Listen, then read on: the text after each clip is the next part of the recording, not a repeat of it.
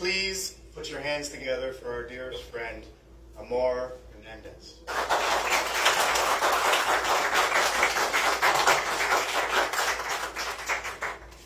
Hello, good afternoon. Thank you for coming to Café Amor once again. It's so much pressure now. And I must say, I really love telling stories, but only one-on-one, not in front of everybody. So I always get a little bit nervous, and sometimes I forget my words. But I'm gonna read, and I'm gonna try to read as clear as I can. Thank you, DJ, as well, for making us part of this first stop of the Blaze of Story tour. We're very happy to participate, and we're happy that we got everybody attending. Thank you so much. I'm happy to share with you the why, the story behind Café Amor and Art. And with it, you will know more about the cafe, and you will know a little bit more about myself as well. I'm sure that you guys have many times talked to other business owners, like small business owners, and they all say that it's not easy to establish and to run a cafe or a business, even if it's a tiny one. Each family business has its own story. It has its beginning, then chapter 1, chapter 2, etc. Then a happy ending, or hopefully a never happy ending. You know, you can continue generations after generations, which is the dream of every person who starts a business. But today, I am not going to talk about the struggles that a small business faces, but I will share how and why Café Amor was born. And I hope everybody enjoys. So, we have here, we have a beautiful mural, and it was intended to grab the essence of what Café Amor is. It's beautiful. It was done by a local artist.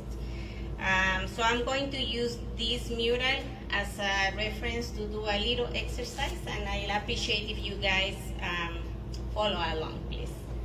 So first of all, see, it's so beautiful. Look at it, guys. Are you all coffee drinkers? Yeah, most, I hope. Okay, so look at the mural, observe it. And I will ask you to please close your eyes and picture yourself underneath the stars, sitting on your favorite patio chair, drinking your coffee with your loved ones beside you. You smell the aroma of the cafe. You hear the voices and laughs of your family, your relatives, your friends. You hear a dog or some dogs barking afar, somewhere. You can taste the coffee, delicious and warm. You feel happy. You feel at peace. No worries, no commitments, just there in the moment. You feel you belong. Oh, how wonderful and fulfilling it is. And we stay like that with our eyes closed, picturing ourselves among our loved ones.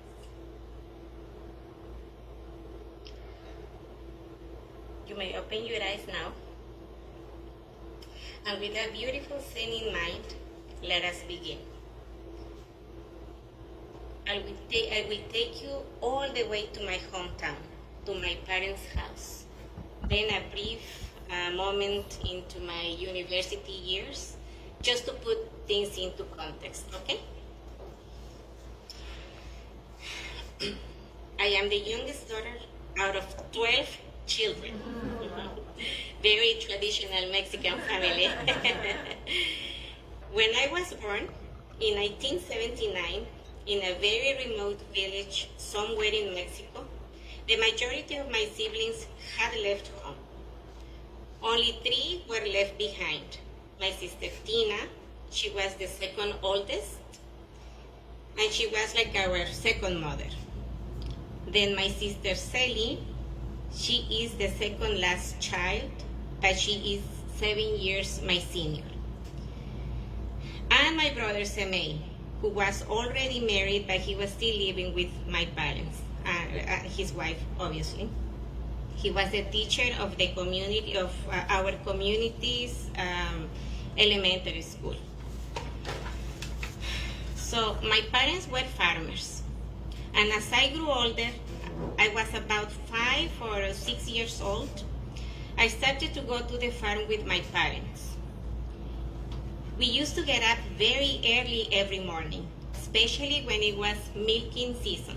My father used to have a few cows, and he would always do his best for the cows to give us milk. So we would wake up to the smell of coffee. It was like my alarm clock. Every morning around 5 in the morning, I would hear the pots in the kitchen and I would smell the coffee, and I knew it was time to get up. So I would get ready and follow the aroma to the kitchen. I can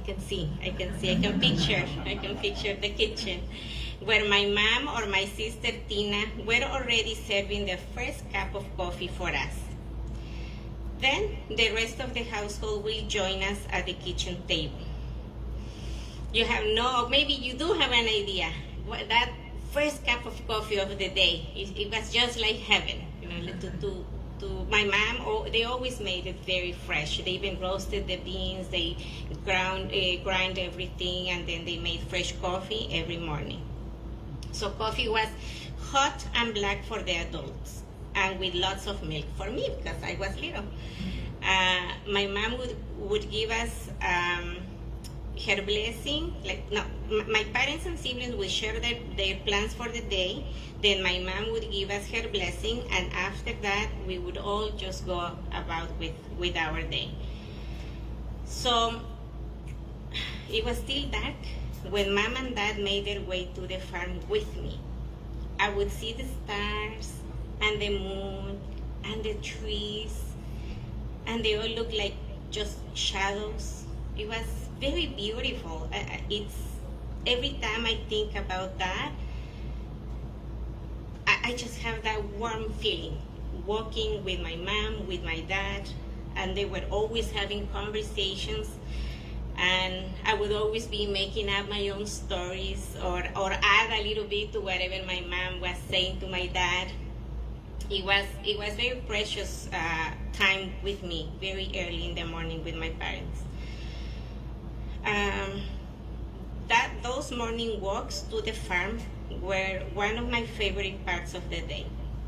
My father would give me easy chores to do, or he would just simply tell me, "Sit down, Amor, sit down." And he had picked up a big rock, and he would always say that, "Oh, that rock, I picked it up especially for you." So I was the baby, and my dad was always very kind and very nice to me, and making me feel that I was loved and I was special. And I get emotional when I talk about that. Anyway, so as he worked, he would tell me stories of his life. And this is something that I really want to share with you guys, that his stories always had a very nice message that I somehow understood. Like, I was little, but when my dad would talk to me, I would understand exactly what he meant. In his stories, he always highlighted attributes like hard work, courage, discipline, integrity, honesty, hospitality, service, respect, and good sense of humor. He would always say, yeah, no matter how bad or how hard things are, always have a good sense of humor. It will help you and it will carry you through the hard times. So I always took whatever my dad said very seriously. So anyway, After the farm, we would stay there for a couple of minutes, no, a couple of hours, just to milk the cows or whatever my dad had to do, and then we returned home from the farm. Uh, and breakfast was ready. Very typical Mexican breakfast. It was like chilaquiles or enchiladas, black beans, eggs, and of course, coffee. Coffee was always part of the menu. So my sister Tina, she was the one cooking in the morning because my mom would go with my dad to the farm. So she is the best cook in my family after my mom. So breakfast time for us was very happy, always very merry. My family was always talking and I was always listening. I enjoyed it very much. I always tried to recreate in my head all the things they were saying. Some they were funny, some they were very serious, but I always pay attention. I always heard the words. I always tried to picture the scene in my head, and of course I was like eating and sipping my latte, my coffee. I should mention that in Mexico, it's very normal that a child drinks coffee. Like you are 2 years old and you're already drinking coffee. They make lattes, basically. They put a little bit of coffee and lots of milk and maybe some sugar. So that's very normal. I know here kids don't drink coffee and I always say, oh, they're missing out. Anyway, and so after breakfast, my brother and father went to work. My sister Celia and I went to school. My sister Tina, she was the oldest, so she stayed home with my mom to help her run the house. Like I said, we were a very traditional family. So the men worked, the children went to school, and the older women, they stayed home to cook and clean up and that. So then lunchtime was lunchtime, and my mom would always come to school to drop off my lunch. So my lunch was always like nice and fresh and warm, normally burritos, and of course my big cup of latte. Like, I don't know if you guys have seen those like half a liter Tupperware cups. Well, at that time in Mexico, they were very popular. Every family had those cups. So my mom would bring one of those with like lots of coffee. So that was for me also so good to have for lunch. So after school, I would do my chores. My parents were very organized and very structured. Like they always assigned chores to us, and then I did my homework, and then I would play with my friends from the neighborhood. They were really happy times. I had my responsibilities, but at the same time I had so much free time to hang out with my friends and to play and to... Even then, we built relationships. There were no parents meddling in like watching us. Or no, we learned to connect, and we learned to spend time together without fighting, or if we would fight, we would solve the problem together. No need for parents or defending. It was like really, really beautiful. And then I would hear my name, Amor. It was my mom, and I said, it was time for again to eat. In Mexico, at least in my hometown, we eat like maybe 5 times. I don't know, like we're always eating and we're always like drinking coffee or agua fresca. And so that meant when my mom called my name, it meant I had to drop everything. I had to go back to the house and get ready to eat. So that my father, my brother, my sister, we were all in the kitchen. We would sit down and we would enjoy delicious homemade meals with coffee. It didn't matter the time of day, and if it was very hot, boiling outside, we always had hot coffee. So I lost, where am I? So again, everyone would share the highlights of the day so far, including me. I would tell them everything that happened to me at school, like every detail. And sometimes my sister Sally would say, Amor, you talk too much. You don't give anybody opportunity to talk. And like when we have dinner time at home, my youngest son Alex does exactly the same thing. And we want to talk, and he's the one always talking. So anyway, and still with the having or sharing the meal, I also like very much this part of the day at home because very often we will share our meal with visitors. People who, my hometown, it's a village. When I was little, we only had a handful of houses, but it was the biggest village in the area. So people from the mountain would come to sell their handcrafted pottery or dress, like traditional dresses or vegetables, fruit, anything that they could sell to make a living. And they were all indigenous. I am indigenous. So they were the same. So they would come and they would try to sell something, but they always ended up just staying home because it's every day, like most of the year in my hometown is very hot. So they would be very tired. Some of them would just come by walking. Some would come by donkey. Some of them would come by horse. So where they were tired. So my parents would invite them to sit down and to offer something to eat. And some of them would say, yeah, sure, like we're hungry, we'll eat with you. Some would say, oh, actually I have my food with me. Can I use your kitchen to warm it up? But all of them would say, and please a cup of coffee. So it was very, very happy times, very, very social.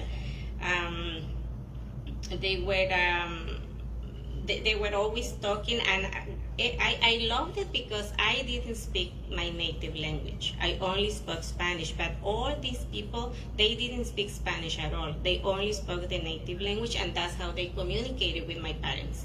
So for me, it was very like, wow, like I didn't understand anything, but it was something very different, and I really loved sitting down. My sisters, they were like cleaning up or doing dishes, but me, I was there sitting, like nobody could tell me not to be there. I would sit down and I would be like, picture me like going like this, and then my parents, and I was trying to understand, and I would interrupt, and I would say, oh, I would ask whatever question, and they would not understand me. So my parents would translate or would ask me to, or will tell me how to say it in our native language. So that's how I also learn a little bit of like some expressions, some words in my native language.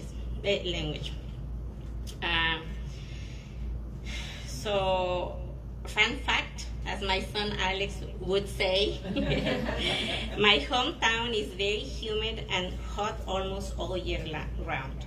35 degrees Celsius or higher is the norm. And the 2 months that are not hot, we only go down to 15 degrees Celsius, which for us is super cold. Like even here, for you guys, is maybe comfortable, but for me, I'm cold. Like I always come here, I'm like, oh, it's so cold in here, guys. Okay, back to the story. Sometimes these visitors, when they were like talking to my parents, they were always like they made plans.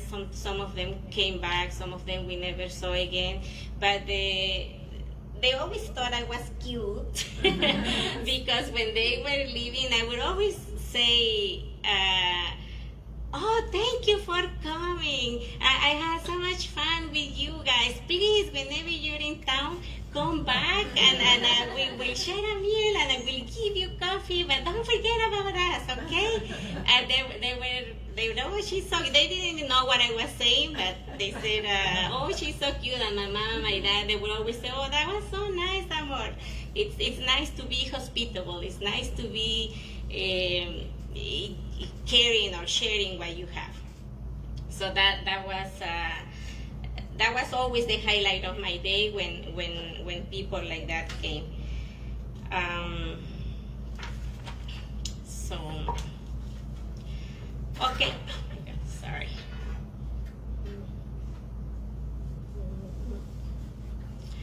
All right. So my house, or my parents' house, was always a place where people would stop and stay a little bit. People coming, people going.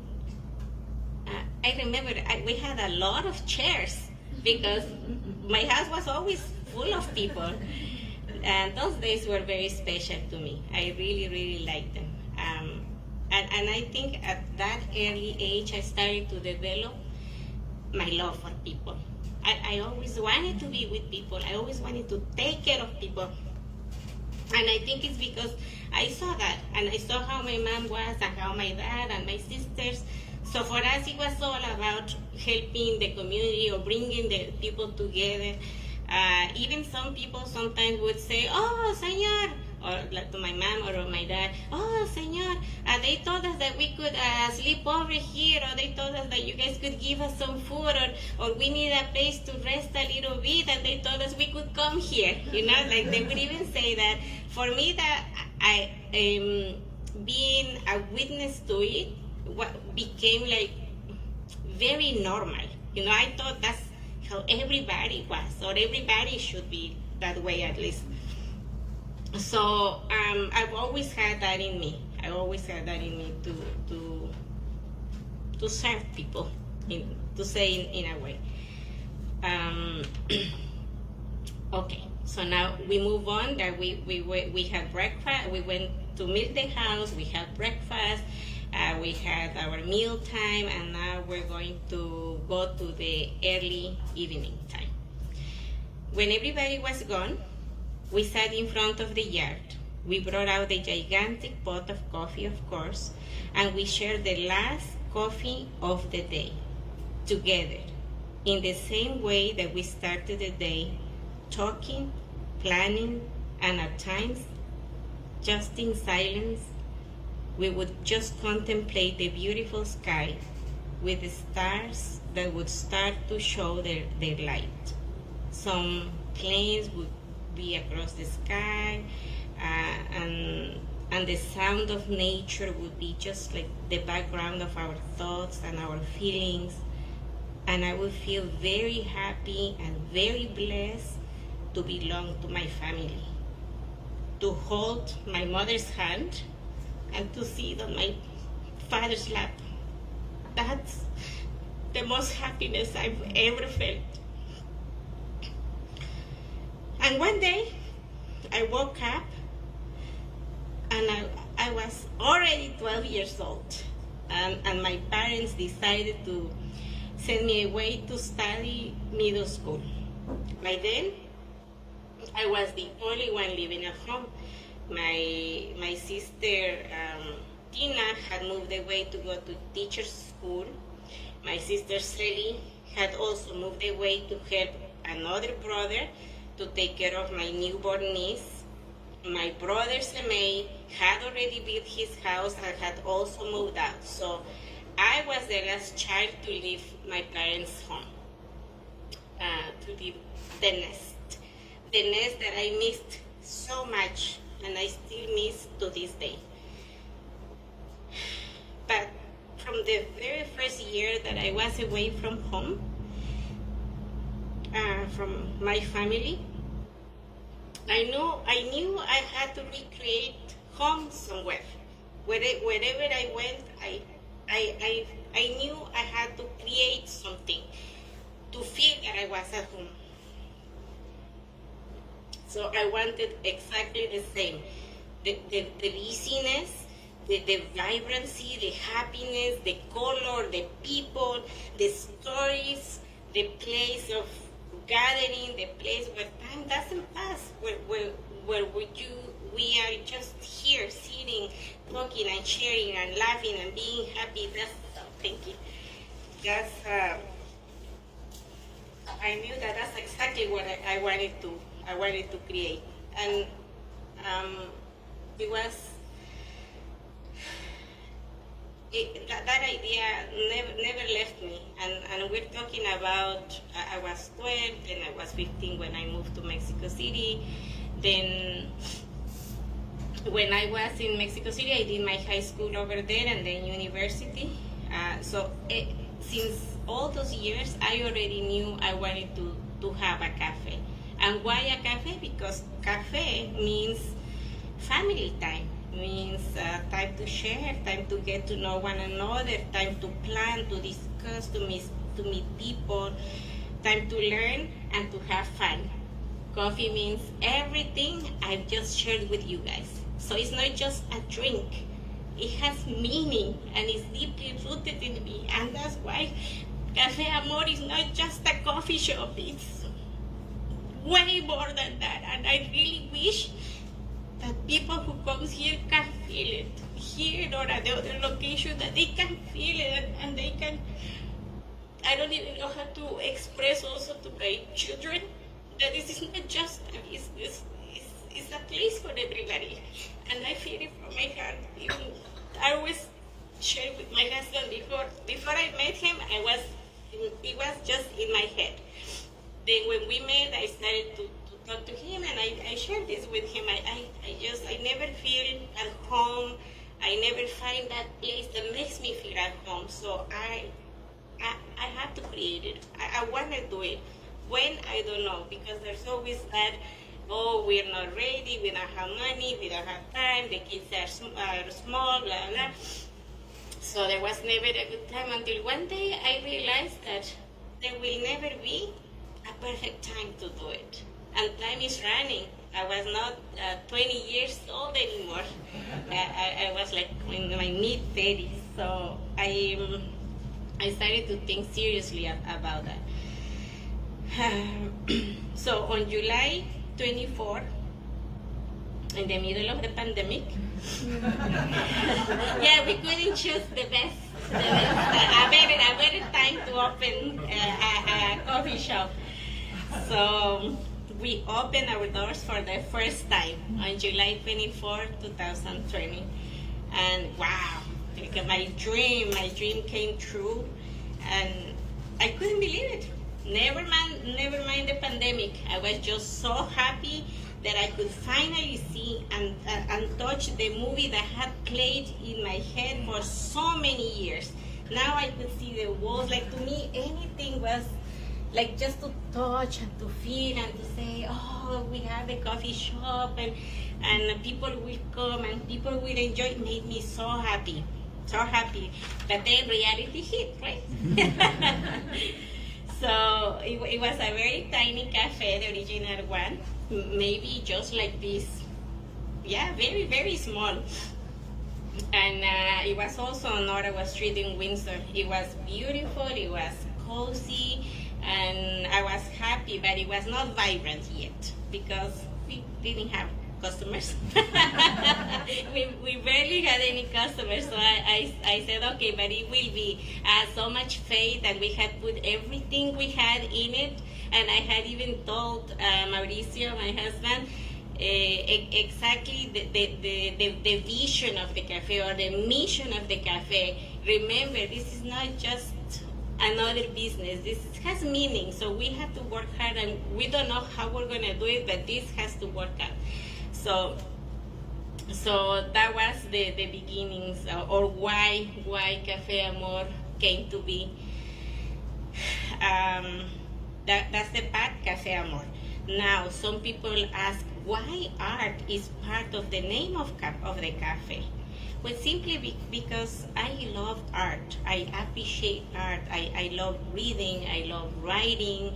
I love watching movies and not just following the stories, but really looking into it. And it's I've been like that since I was little, since I was with my parents, like the leaves or the stick or the sky or the trees or the birds. Like, I was always very with my senses very awake. So when I came in contact with art and with books, and that was my world. That was my world. So I always enjoy attending artistic events where groups of bohemian artists would present their masterpiece, a movie, a play, or some of them were writers, some of them were painters, photographers, singers, actors, musicians. I just felt so happy to be around them and to learn and to know why they created this piece or what it means to them, because that's the beauty of art. Like what it means to you. It doesn't matter if it's just a line. It means something deeper to you. So even me, I'm an aspiring writer. I always say that because I never really put time to do that, but I love writing. And when I was in university, I was also an actor. Like I did some plays, and I had so much fun. I enjoyed so much. So I've always been in I would say I've been part of the artistic community. And then in 2001, I moved to Canada, and any opportunity I had to go to the theater or to go to galleries, even the library, I would go. The library I would go like every day. So I always prefer to do those experience or those trips like a solo experience. I felt I could appreciate better, and I could stare like half an hour and nobody would be saying, "Hey, I'm bored, let's go, hey, let's go." So I always prefer to go solo, to go by myself. So, and that's how when I was working on the concept of the cafe, I decided that art had to be a part of it. It wouldn't be myself if it was. Obviously, the part family, it's dear to me. It's my roots. It's the meaning of my life. But the art part is what inspires me and what makes me me. Yeah, I don't know if I am giving the message I want, but so then I said it's perfect. My family, my coffee, my food, and the art. So since we opened Café Amor, we promote and we support local artists. Programs like this. It's I feel many say, "Oh, it's a waste of time. What are you gonna do with that?" I don't care really. Even if it's nobody thinks about this in next week, it's okay. It's okay, but it's something that I'm very happy to support and to promote. And yeah, that's basically me. And so that's why you see the location on Ottawa Street, and this location too. We have local art. We have monthly exhibits by local artists at the cafe. Kali, she works with us, and she also is the artist of the month of July. So that's a program that has run since we started the shop, and then we have the storytelling, and we have plenty of workshops and painting classes and dance lessons and Spanish and book clubs, and you name it. Right? Café Amor at the Ottawa location is so lively. Is very busy, and it's exactly what I wanted it to be. That was my dream. So. What am I? Oh, okay. But so then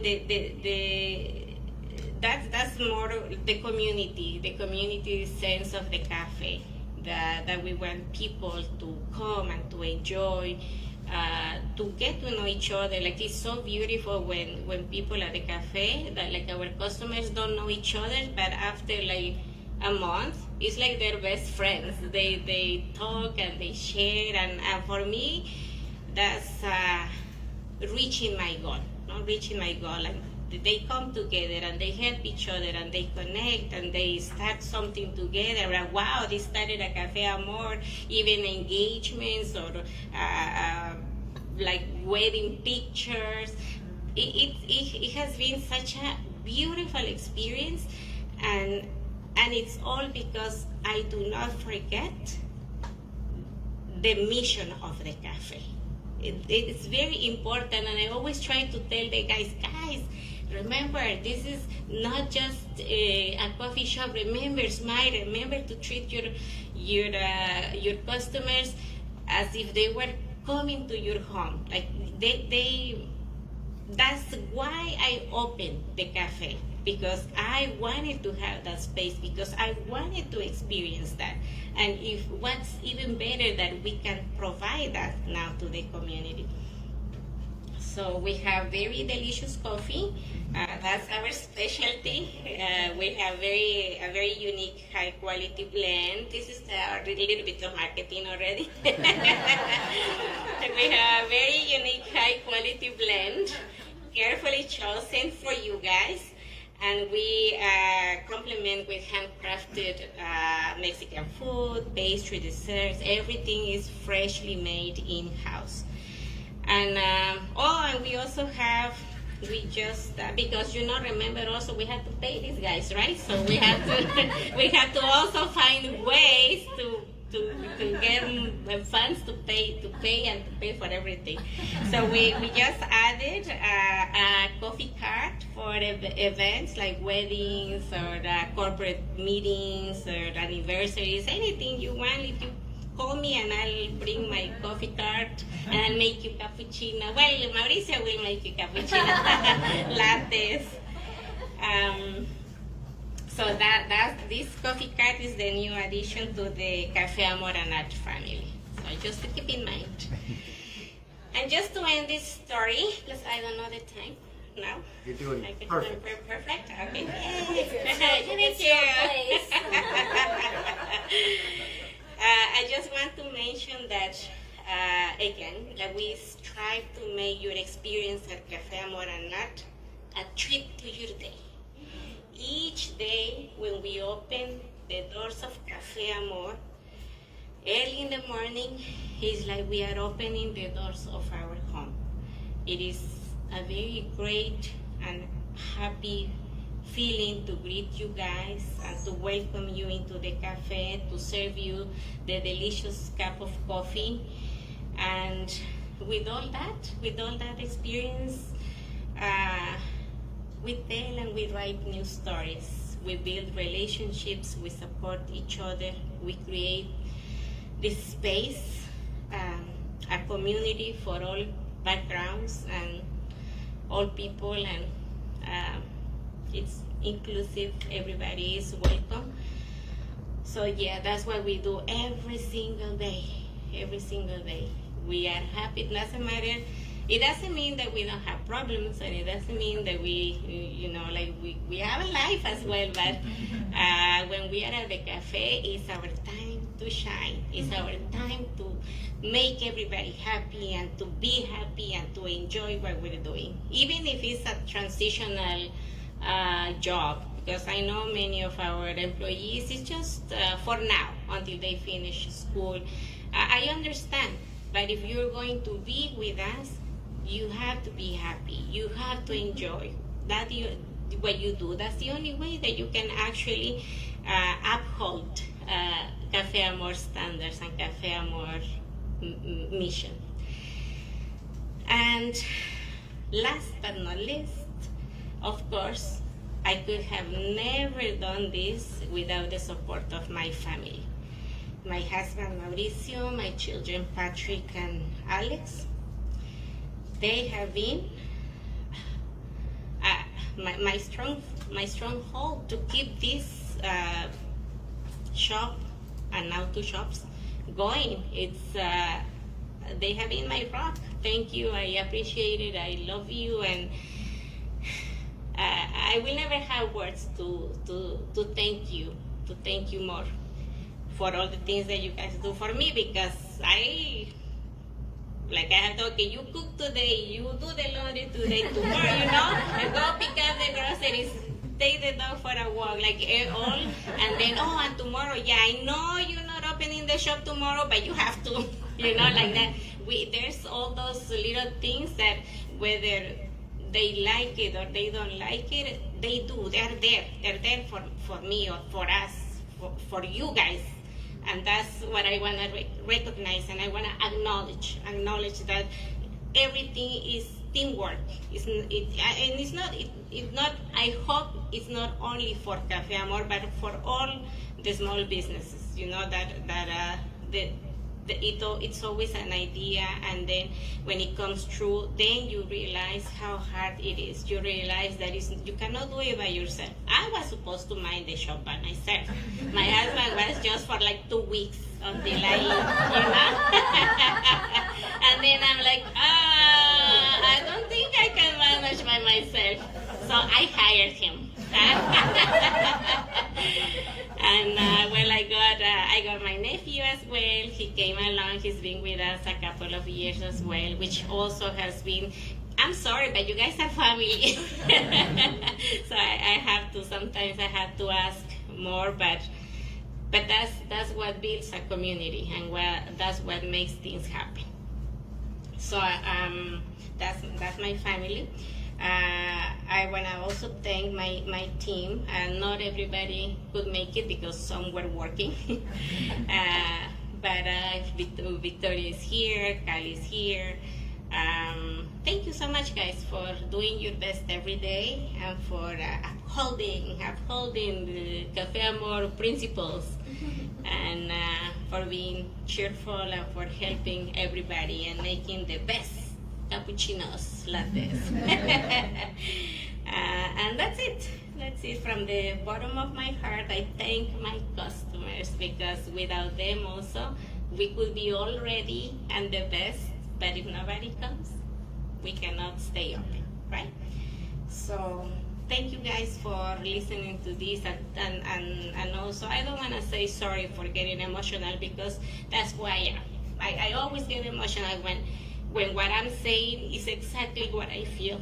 And I actually love that about myself. I know sometimes they get so uncomfortable, but but that's how I express my honesty, my sincerity, and my gratefulness, my thankfulness for all the things that we have achieved with the cafe, for giving me the opportunity, or giving us the opportunity to meet wonderful people.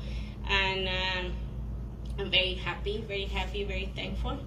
And I thank my mom and my dad too, because they gave me the best childhood ever, and precious memories, and it's because of them that I am the person that I am. Thank you so much. Thank you so much for coming.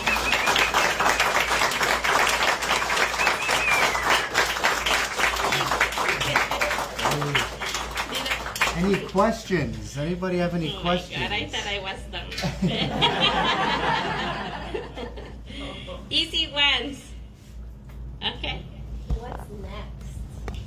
What's next? What's next? Well, I'm still working on the coffee cart. Do you have any, or even like for you personally, with like your writing, or do you want to work more on that? Or?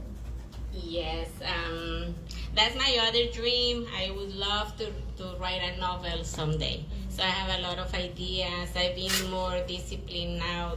I think this year I'm taking it more serious. I have a lot of notes. I have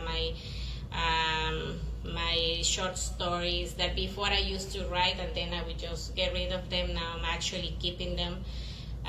Hopefully one day I will be an Isabel Allende or a Gabriel Garcia Marquez. Who knows? You never know, right? So that's and to continue supporting these kind of programs and bringing the community together. Anything, you guys, if you have ideas, they're all welcome. You wanna do this, you wanna do, oh yeah, sure, let's do it. Let's set a time, let's set a date, and we'll do it. If sometimes everybody comes and sometimes nobody comes, but that's also life, right? It cannot always be perfect, almost perfect. That's it. Thank you. You're welcome. Anyone else? I'll make a comment. Okay. I just love this place. Thank you. Yeah, Thank you so much. See?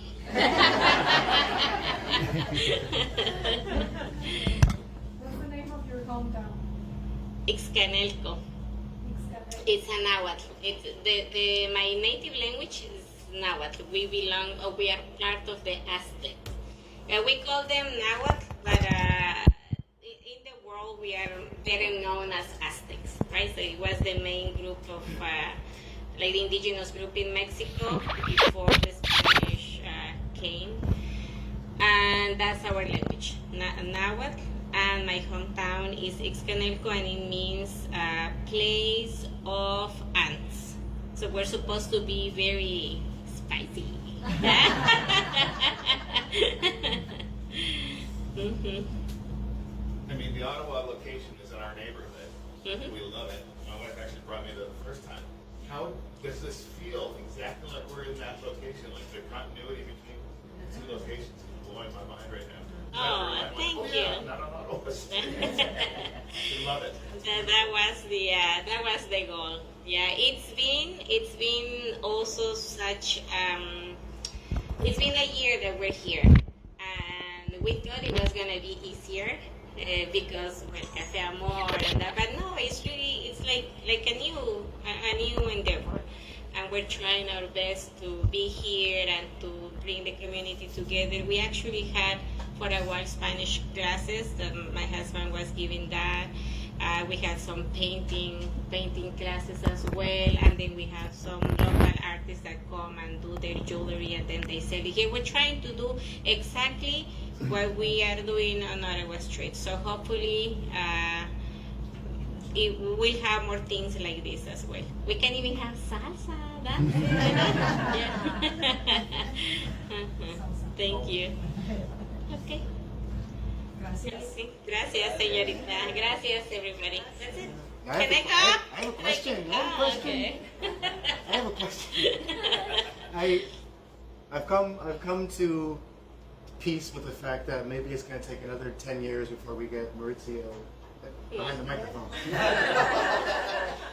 But now I'm very curious because you have been holding this cafe on your heart since you were just a little girl. How did you manifest Him. the guy? This guy is like one of the best baristas in the region. Let's say in the world.